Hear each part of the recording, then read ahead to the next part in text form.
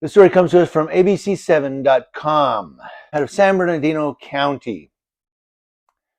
A Victorville man accused of attempted murder and assault with a firearm on a peace officer has been found not guilty on both charges, despite cell phone video that showed a violent attack on a San Bernardino County Sheriff's deputy in 2019. Now, Megan McCarthy, the former deputy, says, "Disbelief. I didn't believe it. I think it took a couple of hours to actually hit me that this guy was acquitted." She was injured in the attack. The suspect, Ari Young, suffers from schizophrenia. He was found guilty of negligent discharge of a firearm, but the jury was hung on 3 other charges: battery against a peace officer, removal of an officer's sidearm, and resisting arrest. The incident took place September 4th, 2019 on Cabazon Court in Victorville. McCarthy was responding to a 911 call for a domestic disturbance. Now, McCarthy says all the information the dispatch relayed to me was a woman on the phone saying, oh my God, get my son out of here. As I'm walking up to the front door of the house, I see the front door open, and out comes the male, the suspect Ari, and the woman who I assume is the reporting party.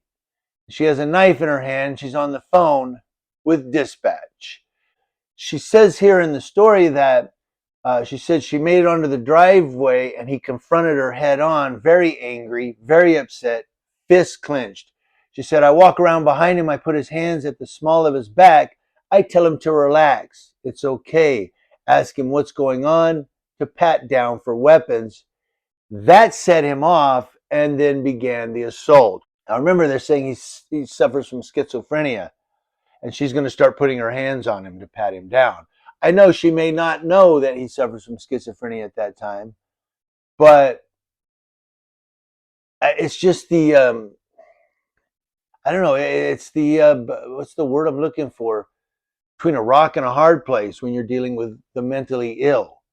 You just don't know what's going to set them off. But video shot by a neighbor through an upstairs window appears to show Young and McCarthy struggling. She said, I hear a gunshot go off and I knew he was shooting at me. Other deputies arrived moments later and a deputy involved shooting occurred.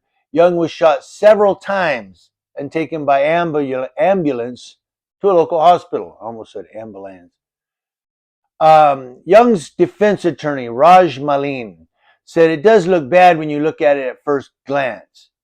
If you don't ever look at it again or don't study it, certainly it looks like my client is shooting at the deputy.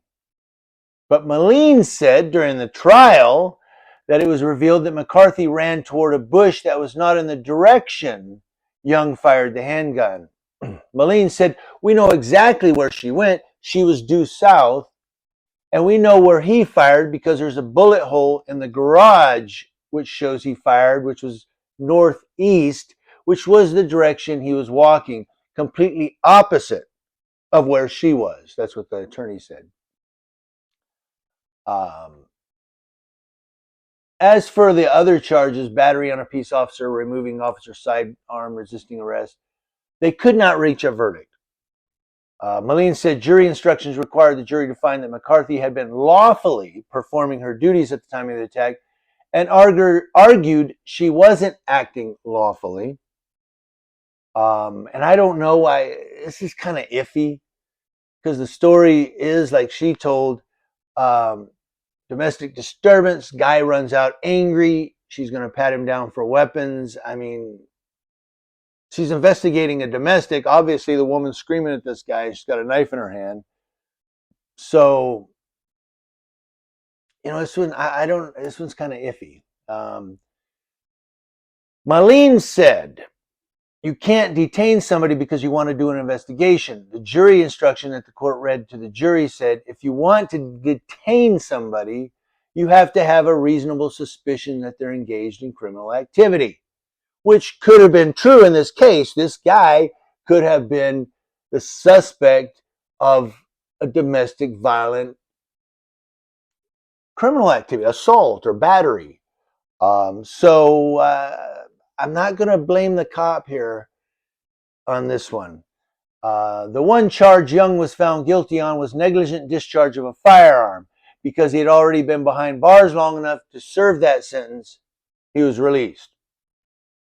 So I guess he was behind bars the whole time they were waiting for his trial, and he served his time. McCarthy maintained she was acting lawfully through the entire encounter. She says, I was called to that house. I see a situation where there's a woman in such fear for her life that she's armed with a knife. I have every right to believe maybe he has a weapon. Maybe he's done something that she's in fear. I would be derelict in my duty if I didn't investigate. And that's kind of true. When you're looking at it, she comes up to the house, guy's running out of the house, she's got a knife in her hand. He could have a knife or a screwdriver or an ice pick. You know, she's got to be careful there and see what's going on. Maybe he just attacked the woman and grabbed her and she grabbed a knife. Who knows what's going on? The officer is trying to figure it out. And patting him down, from what we see in the reports, that's a reasonable action by the deputy. She goes on to say, Deputy McCarthy, I can only do what I can do. I'm a human being. I tried to do my job to help this woman, and unfortunately the suspect's actions dictated the rest. Now, the San Bernardino County District Attorney's Office said there's a pretrial hearing set for June 30th on the 3 charges in which the jury was unable to determine the verdicts. So because he was acquitted, there was no verdicts, they're going to try and retry him on those. Which they can do. I mean, he wasn't found not guilty. It was just a hung jury. So the DA can come back and retry him again and submit the evidence. So that fight or flight thing, all that's going to do is get more charges added. You're going to be in the jail anyway. Just go with the program and file a civil litigation. I'm sorry, but unfortunately, when it comes to law enforcement and the U.S. government, you're fighting an uphill battle and you're at the bottom of the hill.